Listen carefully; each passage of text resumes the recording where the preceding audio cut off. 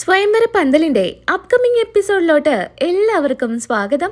നന്ദിനിയെ വിളിച്ച് നന്ദിനിയുടെ കയ്യിൽ ഒരു ചെക്ക് കൊടുക്കുന്നുണ്ട് അച്ഛൻ. ഇത് മോള് സൂക്ഷിച്ചെടുത്തു വെക്ക്. ഞാൻ ചോദിക്കുമ്പോ മോൾ എനിക്ക് തന്നാ മതിയെന്ന് അച്ഛൻ പറയുന്നു. ശരി സാർ, ഇത് ഞാൻ എടുത്തു വെച്ചോളാം എന്നും പറഞ്ഞ് നന്ദിനി ആ ചെക്ക് എടുത്തു വെക്കുന്നുണ്ട്. ഈ കൊടുത്ത കാര്യം അവിടെ നമ്മുടെ മിത്ര ഏർപ്പാടാക്കിയൊരു വേലക്കാരി ഉണ്ടായിരിക്കും. നന്ദിനിയെ എങ്ങനെയെങ്കിലും സൂര്യയുടെ ജീവിതത്തിൽ നിന്ന് ഒഴിപ്പിക്കാനാണ് മിത്ര ശ്രമിക്കുന്നത്. അതിനവിടെ നടക്കുന്ന കാര്യങ്ങളെല്ലാം അറിയണമല്ലോ. അതിനായിട്ടാ മിത്ര ഏർപ്പാടാക്കിയ ഒരു സ്ത്രീയെ അവിടെ ജോലിക്കായിട്ട് വെച്ചിരിക്കുന്നത്. അങ്ങനെ ഈ സ്ത്രീ വിളിച്ച് പറയുന്നുണ്ട് മിത്രയുടെ അടുത്ത് ഇങ്ങനെ ഒരു ചെക്ക് കൊടുത്തിട്ടുണ്ടെന്ന്. ഇത് കേൾക്കുന്നതും മിത്ര പറയുന്നുണ്ട്, നീ ആ ചെക്ക് എടുത്ത് എൻ്റെ കയ്യിൽ കൊണ്ടുതരണോ എന്ന്. അതുപടി നന്ദിനി വെച്ച സ്ഥലത്ത് നിന്ന് ചെക്ക് എടുത്ത് മിത്രയുടെ കയ്യിൽ കൊടുക്കുന്നു. അങ്ങനെ ഇരിക്കെയാണ് നന്ദിനിക്ക് അനിയത്തിയെ കോളേജിൽ ചേർക്കേണ്ട കാര്യങ്ങളൊക്കെ വരുന്നത്. നന്ദിനി അങ്ങനെ നാട്ടിലോട്ട് പോട്ടെ എന്ന് സൂര്യയുടെ അടുത്തും അതുപോലെ സാറിൻ്റെ അടുത്തും ചോദിക്കുന്നുണ്ട്. സൂര്യയുടെ അച്ഛൻ്റെ അടുത്തും വീട്ടിലോട്ട് പോട്ടെ എന്ന് ചോദിക്കാൻ സൂര്യയുടെ അടുത്തോട്ട് ചെല്ലുന്നുണ്ട്. സൂര്യ നന്ദിനിയെ കാണുന്നതും ചോദിക്കുന്നു, എന്താ നന്ദിനി, നിനക്ക് എന്തെങ്കിലും എൻ്റെ അടുത്ത് പറയാനുണ്ടോ? സൂര്യ സാറേ, ഞാൻ എൻ്റെ വീട്ടിലോട്ടൊന്ന് പോവാ. എന്താ കാര്യം? അവിടെ എന്തെങ്കിലും വിശേഷമുണ്ടോ? അല്ല, അനിയത്തിയെ കോളേജിൽ ചേർത്താനാ. ഞാൻ കൂടെ ചെല്ലണമെന്ന് അവൾക്ക് വലിയ ആഗ്രഹം.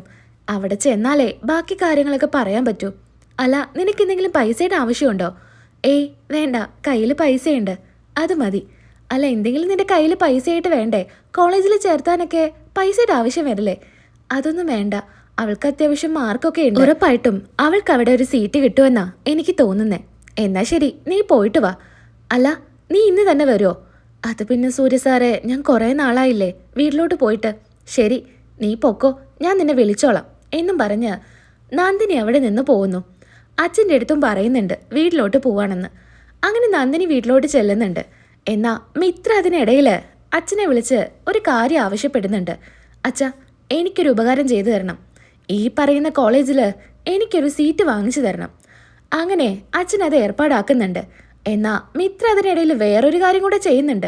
2 ലക്ഷം രൂപയുടെ ചെക്കും ഇതേപോലെ കോളേജിൽ ഏൽപ്പിക്കുന്നുണ്ട്. നന്ദിനിയുടെ പേരും പറഞ്ഞാണ് ചെക്ക് ഏൽപ്പിക്കുന്നത്.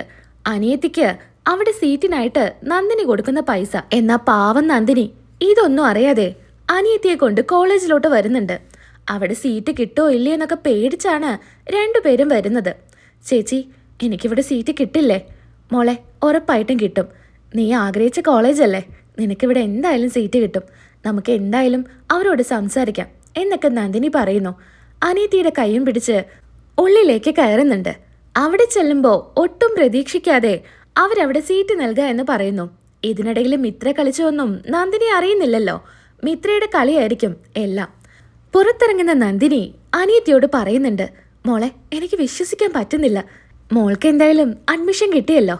ഇനി എന്തായാലും മോള് നല്ല പോലെ പഠിക്കണം. നല്ല പഠിച്ച് ഒരു ജോലിയൊക്കെ വാങ്ങിക്കണേ. ചേച്ചി എന്നെ ഓർത്ത് ടെൻഷൻ അടിക്കണ്ട, ഞാൻ നല്ല പോലെ പഠിക്കും എന്ന് നന്ദിനി പറയുന്നു. അങ്ങനെ നന്ദിനി നേരെ വീട്ടിലോട്ട് ചെല്ലുന്നുണ്ട്. അച്ഛനോടും മുത്തശ്ശിയോടും ഒക്കെ ഇക്കാര്യം പറയുന്നു. എല്ലാവർക്കും സന്തോഷമാവുന്നുണ്ട്. അച്ഛന് ചെറിയ ടെൻഷനൊക്കെ കാണും. എല്ലാവരും ഇരുന്ന് ഭക്ഷണം കഴിക്കുന്നുണ്ട്. നന്ദിനി അനിയത്തിക്ക് വാരി കൊടുക്കുക. എന്താ അച്ഛാ, അച്ഛൻ്റെ മുഖത്ത് എന്തോ ഒരു സന്തോഷമില്ലാത്തെ? മോളെ, അത് ഇവിടെ അടുത്തുള്ള കോളേജിലാണെങ്കിൽ അവൾക്ക് പോവാനും വരാനൊക്കെ സുഖമായിരുന്നു. ഇതിപ്പോൾ ഒരുപാട് ദൂരമല്ലേ, അതോർക്കുമ്പോൾ മനസ്സിനൊരു വേദന. ഇപ്പോഴത്തെ കുഞ്ഞുങ്ങളെയൊക്കെ പേടിക്കണ്ടേ മോളെ, അതുകൊണ്ടാ. അവിടെയൊക്കെ എങ്ങനെയാണെന്നൊന്നും നമുക്കറിയില്ലല്ലോ. അച്ഛൻ പേടിക്കാതിരിക്കുക, അവൾ നല്ല പോലെ പഠിക്കട്ടെ. അത് നല്ല കോളേജാ. അവിടെയൊക്കെ ഒരു അഡ്മിഷൻ കിട്ടുക എന്ന് പറഞ്ഞാൽ അത് വലിയ കാര്യമാണ്. അവിടെ പഠിച്ച് അവൾക്ക് നല്ലൊരു ജോലി കിട്ടട്ടെ അച്ഛാ. അച്ഛൻ ടെൻഷൻ അടിക്കാതിരിക്കുക. മോളെ, നമ്മുടെ കാര്യമൊക്കെ അറിയുന്നല്ലേ, നമ്മുടെ സാഹചര്യത്തിൽ അവിടെയൊക്കെ പോയി പഠിക്കാൻ പറ്റുമോ മോളെ? അതെന്താ അച്ഛ അങ്ങനെ പറയുന്നേ? എല്ലാവർക്കും പഠിക്കാനുള്ളതാണ് കോളേജും സ്കൂളും ഒക്കെ. അതിലിപ്പോൾ പൈസ ഉണ്ടോന്നോ ഇല്ലയെന്നൊന്നും ആരും ചിന്തിക്കില്ല. നല്ല പോലെ പഠിച്ചാൽ മതി. അച്ഛൻ അതൊന്നും ഓർത്ത് വെറുതെ ടെൻഷൻ അടിക്കല്ലേ. അച്ഛൻ ഭക്ഷണം കഴിക്കുക. ഭക്ഷണം കഴിക്കുന്നതിൻ്റെ ഇടയിൽ നന്ദിനിക്ക് ഒരു കോള് വരുന്നുണ്ട്. വേറെ ആരുമല്ല, സൂര്യ ആയിരിക്കും. സൂര്യക്കാണെങ്കിൽ നന്ദിനി ഒരു ദിവസം മാറി നിന്നപ്പോഴേക്കും നന്ദിനിയെ കാണാതിരിക്കാൻ വയ്യ. അതുകൊണ്ടാണ് സൂര്യ വിളിക്കുന്നത്. ആ, സൂര്യ സാറാണല്ലോ, ഞാൻ ഫോൺ എടുക്കട്ടെ എന്നും പറഞ്ഞ് നന്ദിനി ഫോൺ എടുക്കുന്നുണ്ട്. എന്താ നന്ദിനി, എന്തായി? അനിയത്തിക്ക് അഡ്മിഷനൊക്കെ കിട്ടിയോ? ആ സാറേ, അഡ്മിഷനൊക്കെ കിട്ടി. അപ്പോൾ പിന്നെ നല്ല സന്തോഷത്തിലാവുമല്ലോ. അതെ, എന്ത് ചെയ്യാ, ഭക്ഷണം കഴിച്ചോ? ഇതാ ഭക്ഷണം കഴിച്ചുകൊണ്ടിരിക്കുക. ഞങ്ങൾ എല്ലാവരും ഉണ്ട് ഇവിടെ. എന്നാ നീയേ ഭക്ഷണം കഴിക്ക്, സമാധാനത്തിലിരുന്ന്. ഞാനിപ്പോൾ നിന്നെ കൊണ്ടുവരാൻ വരുന്നുണ്ട്. അല്ല സൂര്യ സാറേ, ഞാനിന്ന് വന്നല്ലേ ഉള്ളൂ. അതെന്താ, നിനക്ക് അവിടെ നിൽക്കാനാണോ ആഗ്രഹം? അത് പിന്നെ സൂര്യ സാറേ, നീയേ എൻ്റെ കൂടെ ഇങ്ങ് പോര്. നീ ഇവിടെ ഇല്ലാത്തോണ്ട് ഒരു രസവും ഇല്ല, അതുകൊണ്ടാ. എന്നാ ശരി, സാറ് വന്നോളൂ എന്നും പറഞ്ഞ് ഫോൺ കട്ട് ചെയ്യുന്നു. എന്താ മോളെ, എന്താ പറഞ്ഞ സൂര്യ സാറ്? അതെ, വേഗം ഭക്ഷണം കഴിച്ചിട്ട് പോരാ റെഡിയാവാൻ പറയാ. അപ്പോൾ ചേച്ചി ഇന്ന് പോവോ? പോട്ടെ മോളെ, ഞാൻ വേറൊരു ദിവസം വരാം. നീ ഭക്ഷണം കഴിക്ക്, അച്ഛനും ഭക്ഷണം കഴിക്ക്, എന്താ നോക്കിയിരിക്കുന്നേ എന്നും പറഞ്ഞ് ഭക്ഷണം കഴിച്ച് സൂര്യ വന്ന് നന്ദിനിയെ കൊണ്ടുപോകുന്നുണ്ട്. അന്ന് രാത്രി നന്ദിനിയുടെ അച്ഛൻ ഉറങ്ങിക്കിടക്കുമ്പോൾ ഒരു സ്വപ്നം കാണുന്നുണ്ട്. പത്മം നന്ദിനിയെ വലിച്ചഴിച്ച് പുറത്താക്കുന്നത്. ഇത് കണ്ട് ഞെട്ടി എഴുന്നേൽക്കുന്നുണ്ട്. അയ്യോ, എൻ്റെ മോൾക്ക് എന്തെങ്കിലും സംഭവിച്ചു കാണോ? ഇനി വല്ല പ്രശ്നം ഉണ്ടാവോ എന്നൊക്കെ അച്ഛന് ടെൻഷൻ. അപ്പം തന്നെ നന്ദിനിയെ വിളിക്കുന്നുണ്ട്. മോളെ നന്ദിനി, നിനക്ക് കുഴപ്പമൊന്നുമില്ലല്ലോ? ഇല്ല അച്ഛാ, കുഴപ്പമൊന്നുമില്ല. എന്താ ഈ സമയത്ത്? അച്ഛനെന്താ പേടിച്ച പോലെയുണ്ടല്ലോ, എന്തെങ്കിലും പ്രശ്നമുണ്ടോ? ഇല്ല മോളെ, കുഴപ്പമൊന്നുമില്ല. പറ അച്ഛാ, എന്താ കാര്യം? ഞാൻ ഒരു സ്വപ്നം കണ്ടു. സ്വപ്നം കാണേ? ആ, മോളെ അവിടെ നിന്ന് വലിച്ചിറക്കി പത്മ മേഡം പുറത്താക്കുന്നത്. ഓ, ഇവിടെ ഒരു പ്രശ്നമില്ല അച്ഛാ. അച്ഛൻ വെറുതെ ഓരോന്ന് ആലോചിച്ച് സ്വപ്നമൊന്നും കാണണ്ട. അതല്ല മോളെ, സ്വപ്നം പോലെയല്ല എനിക്ക് തോന്നിയത്. ഞാൻ നേരിട്ട് കണ്ട പോലെയാ എനിക്ക് തോന്നി. എനിക്കെന്തോ ഉള്ളിൽ ഭയം തോന്നുന്നു മോളെ. മോൾ എന്തായാലും ഇങ്ങോട്ട് പോര്. അവിടെ നിന്ന് എൻ്റെ മോള് കഷ്ടപ്പെടണ്ട. അച്ഛാ, എനിക്കിവിടെ ഒരു കുഴപ്പമില്ല. അച്ഛൻ എൻ്റെ കാര്യം ഓർത്ത് വെറുതെ ടെൻഷൻ അടിക്കല്ലേ. അച്ഛനെ നല്ല പോലെ പ്രാർത്ഥിച്ച് കിടക്കാൻ നോക്ക്. എനിക്ക് ഒരു കുഴപ്പമില്ല എന്ന് നന്ദിനി അച്ഛൻ്റെ അടുത്ത് പറയുന്നു.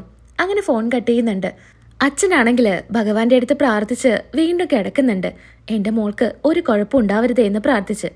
അങ്ങനെ പിന്നീട് കാണിക്കുന്നത് പിറ്റേ ദിവസമായിരിക്കും. പത്മത്തിന് നല്ല സംശയം ഉണ്ടായിരിക്കും. അവളെപ്പോലൊരു പെൺകുട്ടിക്ക് ആ കോളേജിൽ അഡ്മിഷൻ കിട്ടിയത് എങ്ങനെയാണ്? ഇനിയിപ്പോൾ പൈസ കൊടുത്താണോ എന്നൊക്കെ ഒരു സംശയം പത്മത്തിൻ്റെ മനസ്സിലുണ്ടായിരിക്കും. അങ്ങനെ അത് തീർക്കാനായിട്ട് അക്കൗണ്ടന്റിനെ വീട്ടിലോട്ട് വിളിക്കുന്നുണ്ട്. 2 ലക്ഷം രൂപ അക്കൗണ്ടിൽ നിന്ന് പോയതായിട്ട് കാണിക്കുന്നു. സംശയം ഭർത്താവിന് തന്നെയാണ് കേട്ടോ പത്മത്തിന്. ഇനി നന്ദിനിക്ക് വേണ്ടി അവർ തന്നെയായിരിക്കും ആ പൈസ കൊടുത്ത് അവൾക്ക് അവിടെ അഡ്മിഷൻ വാങ്ങിച്ചു കൊടുത്തതെന്നാണ് പത്മം കരുതുന്നത്. അങ്ങനെ അച്ഛനും വന്നിരിക്കുന്നുണ്ട്. എന്നിട്ട് ചോദിക്കുന്നുണ്ട്, എന്താ പത്മം ഇപ്പോൾ അക്കൗണ്ടൊക്കെ നോക്കുന്ന എന്താ? അതെ, നിങ്ങൾ 2 ലക്ഷം രൂപ എന്തെങ്കിലും ആവശ്യത്തിന് ആർക്കെങ്കിലും കൊടുത്തിരുന്നോ? ഏയ് ഇല്ലല്ലോ. ഒരു ഹോസ്പിറ്റൽ കേസിന് നമ്മുടെ ചാരിറ്റിയിൽ നിന്ന് പൈസ ചോദിച്ചിരുന്നു. പക്ഷേ അത് ഞാൻ കൊടുത്തിട്ടുണ്ടായിരുന്നില്ല. വേറെ എന്തെങ്കിലും ആവശ്യത്തിന് നിങ്ങൾ കൊടുത്തിരുന്നോ? 2 ലക്ഷം രൂപ ഇവിടുന്ന് മിസ്സായിട്ടുണ്ട്. ഇല്ലല്ലോ, നീ കറക്റ്റായിട്ട് നോക്ക് എങ്ങോട്ടാ പോയെന്ന്. ഇതിൽ കാണിക്കുന്നത് കോളേജ് എന്നാ. കോളേജ് എന്നോ? ഞാനങ്ങനെ ആർക്കും കൊടുത്തിട്ടില്ലല്ലോ. അങ്ങനെ ഡീറ്റെയിൽ ആയിട്ട് നോക്കുമ്പോൾ നന്ദിനിയാണ് കോളേജിൽ അഡ്മിഷനായിട്ട് കൊടുത്തതെന്ന് കാണിക്കുന്നു. ഇത് കണ്ടാണെങ്കിൽ പത്മത്തിനങ്ങ് ദേഷ്യം വരുന്നുണ്ട്. ഇപ്പം എങ്ങനെയുണ്ട്? നിങ്ങളല്ലേ എന്ത് കാര്യത്തിനും അവളെ സപ്പോർട്ട് ചെയ്ത് സംസാരിക്കാറ്. ഇപ്പം എന്തു പറ്റി? നിങ്ങൾക്കൊന്നും പറയാനില്ലേ? അപ്പോൾ കോളേജിൽ നിന്റെ അനിയത്തിക്ക് അഡ്മിഷൻ വാങ്ങിച്ചു കൊടുത്തത് ഞങ്ങളുടെ പൈസ വെച്ചാണ് അല്ലേടി? നീ എങ്ങനെയാടി ഇങ്ങനെയൊക്കെ പഠിച്ചത്? അയ്യോ മാഡം, ഞാനൊരു തെറ്റും ചെയ്തിട്ടില്ല. എൻ്റെ അനിയത്തിക്ക് അഡ്മിഷന് വേണ്ടി ഞാൻ 1 രൂപ പോലും കൊടുത്തിട്ടില്ല. അയ്യോ ഇങ്ങനെയൊന്നും പറയില്ലേ എന്നൊക്കെ നന്ദിനി പറയുന്നു. എന്നാ അച്ഛൻ്റെ മനസ്സിൽ ആ ചെക്ക് നന്ദിനിയെ ഏൽപ്പിച്ചതിങ്ങനെ ആലോചിക്കുന്നുണ്ട്. അച്ഛന് തന്നെ ഷോക്കായിരിക്കും നന്ദിനി ഇങ്ങനെയൊക്കെ ചെയ്യുമെന്ന്. അങ്ങനെ സാറിൻ്റെ അടുത്ത് നന്ദിനി പറയുന്നുണ്ട്, സാറ് ഒന്നും മിണ്ടാതെ നിൽക്കല്ലേ. ഞാൻ ഇങ്ങനെ ചെയ്തിട്ടില്ല എന്ന് സാറ് പറ, എന്നാലേ എനിക്ക് സമാധാനാവൂ. പറ സാറേ എന്നൊക്കെ പറയുന്നു. എന്നാ ഒന്നും പറയാതെയാണ് അച്ഛൻ നിൽക്കുന്നത്. ഒന്നും പറയില്ലടി, നിന്റെ കൂടെ നിൽക്കൂല്ല. നീ തന്നെയാ ഇത് ചെയ്തേന്ന് ഞങ്ങൾക്ക് ഉറപ്പാ. എന്തായാലും ഇവിടെ നിന്ന് ഞങ്ങളുടെ പൈസ കുറേ നീ മുക്കുന്നുണ്ടല്ലോ, അതെന്തായാലും ഞങ്ങൾ കണ്ടുപിടിക്കില്ല എന്ന് കരുതിയോ? നാണം ഉണ്ടോടി ഇങ്ങനെയൊക്കെ ചെയ്യാനായിട്ട്? 1-2 രൂപയല്ല, 2 ലക്ഷം രൂപയല്ലേ നീ നിന്റെ അനിയത്തിയുടെ പേരും പറഞ്ഞ് ഇവിടുന്ന് മോഷ്ടിച്ചോണ്ട് പോയത്? നിന്റെ പേരിലാ പൈസ അവിടെ കൊടുത്തിരിക്കുന്നത്, നിന്റെ അനിയത്തിക്ക് കോളേജിൽ അഡ്മിഷന് വേണ്ടിയിട്ട്. മാഡം, ഞാനൊരു തെറ്റും ചെയ്തിട്ടില്ല, ചുമ്മാ ഒന്നും പറയല്ലേ. അങ്ങനെ വീണ്ടും സാറിൻ്റെ അടുത്ത് ചോദിക്കുന്നുണ്ട്. സാർ ഒന്ന് പറ, ഞാനൊന്നും ചെയ്തിട്ടില്ല. ഒന്നും മിണ്ടാതെ അവിടെ നിന്ന് അച്ഛൻ പോകുന്നുണ്ട്. നന്ദിനി തന്നെയാണ് തെറ്റ് ചെയ്തതെന്ന് ഉറപ്പുള്ള പോലെയാണ് അച്ഛനുള്ളിലോട്ട് പോയത്. കണ്ടോടി, നിന്നെ ഇത്രയും സപ്പോർട്ട് ചെയ്യുന്ന എൻ്റെ അച്ഛൻ വരെ നിന്നെ തള്ളി പറഞ്ഞു പോയില്ലേ? നീ തന്നെയാ ഇതൊക്കെ ചെയ്തിരിക്കുന്നേ. അത് ഉറപ്പുള്ളതുകൊണ്ടാ അച്ഛനൊന്നും മിണ്ടാതെ പോയത്. അമ്മേ, ഇവൾക്ക് വേണ്ടിയിട്ടേ അച്ഛൻ അമ്മയെ വരെ തള്ളി പറഞ്ഞിട്ടുണ്ട്. എന്തൊക്കെ കാര്യത്തിലാ അമ്മയോട് അച്ഛൻ കള്ളം പറഞ്ഞിട്ടുള്ളത് ഇവൾക്ക് വേണ്ടിയിട്ട്? എന്നിട്ടിപ്പോ ലാസ്റ്റ് എന്തായി? അച്ഛന് തന്നെ കാര്യങ്ങൾ മനസ്സിലായില്ലേ? ഇവളൊരു പെരും കള്ളിയാണെന്ന്. ദയവ് ചെയ്ത് അങ്ങനെയൊന്നും പറയല്ലേ. ഞാനൊരു തെറ്റും ചെയ്തിട്ടില്ല. ഞാൻ വേണേ കാല് പിടിക്കാം. ഒരു തെറ്റും ഞാൻ ചെയ്തിട്ടില്ല എന്ന് വീണ്ടും വീണ്ടും നന്ദിനി പറയുന്നു. ഇവളെയൊക്കെ പോലീസ് പിടിച്ച് ഏൽപ്പിക്കുക വേണ്ടത്. ഇവളെ പോലീസിൽ ഏൽപ്പിക്കണം അമ്മേ. അത് തന്നെയാ വേണ്ടത്. എടി, ഞാനൊരു കാര്യം പറയാം. മര്യാദയ്ക്ക് എന്റെ മോന്റെ ജീവിതത്തിൽ നിന്ന് നീ ഇറങ്ങിക്കൊള്ളണം. അതല്ലെങ്കിൽ നിന്റെയും നിന്റെ അച്ഛന്റെയും നിന്റെ അനിയത്തിമാരുടെ ജീവിതം ഞാൻ കൊളാക്കുവടി. അതിനു മുൻപേ നീ ഇവിടുന്ന് ഇറങ്ങണം. ഇക്കാര്യം പറഞ്ഞ് നീ എന്നേക്കുമായിട്ട് എന്റെ സൂര്യയുടെ ജീവിതത്തിൽ നിന്ന് പടി ഇറങ്ങിയേ പറ്റൂ. അല്ലെങ്കിൽ നിന്നെ പിടിച്ച് ഞാൻ പോലീസിൽ ഏൽപ്പിക്കും എന്ന് പറയുന്നു. ഇത് കേട്ട് നന്ദിനി പൊട്ടിക്കരയുന്നുണ്ട്. എനിക്ക് മാത്രം എന്താ ഇങ്ങനെയൊക്കെ സംഭവിക്കുന്നേ? ഞാനൊരു തെറ്റും ചെയ്തിട്ടില്ല എന്നൊക്കെ പറഞ്ഞ് പൊട്ടി പൊട്ടി കരയുന്നു. അടുക്കളയിൽ ഇരുന്ന് കരഞ്ഞോണ്ടിരിക്കുകയായിരിക്കും. അപ്പോ സൂര്യ വരുന്നുണ്ട്. നല്ല കുടിച്ചാണ് വരുന്നത്. കയ്യിലൊരു കുപ്പിയും കാണും. വീട്ടിലോട്ട് കയറി വരുമ്പോഴേ നന്ദിനിയെ വിളിച്ചാണ് വരുന്നത്. അടുക്കളയിൽ നന്ദിനിയെ കാണുന്നുണ്ടായിരിക്കില്ല. ഉള്ളിലോട്ട് കയറുന്നുണ്ട്. അപ്പോ ഒരു മൂലക്കിരുന്ന് നന്ദിനി കരയുന്നുണ്ട്. എന്താ നന്ദിനി, എന്താ കാര്യം? നീ എന്തിനാ കരയുന്നേ? രാജു, നീ എവിടെ? എന്തിനാ നന്ദിനി കരയുന്നേ? പറ, കാര്യം പറ. അങ്ങനെ രാജു കാര്യങ്ങളെല്ലാം പറയുന്നുണ്ട്. നടന്ന കാര്യങ്ങളെല്ലാം പറയുമ്പോൾ ആകെ ദേഷ്യത്തിലാണ് സൂര്യൻ നിൽക്കുന്നത്. സൂര്യൻ നന്ദിനിയുടെ കയ്യും പിടിച്ച് അങ്ങ് ചെല്ലുന്നുണ്ട്. അച്ഛാ, അപ്പോ അച്ഛന് നന്ദിനിയെ വിശ്വാസമല്ലേ? അച്ഛൻ പറ, നന്ദിനിയെ തെറ്റ് ചെയ്യുമെന്ന് അച്ഛന് തോന്നുന്നുണ്ടോ?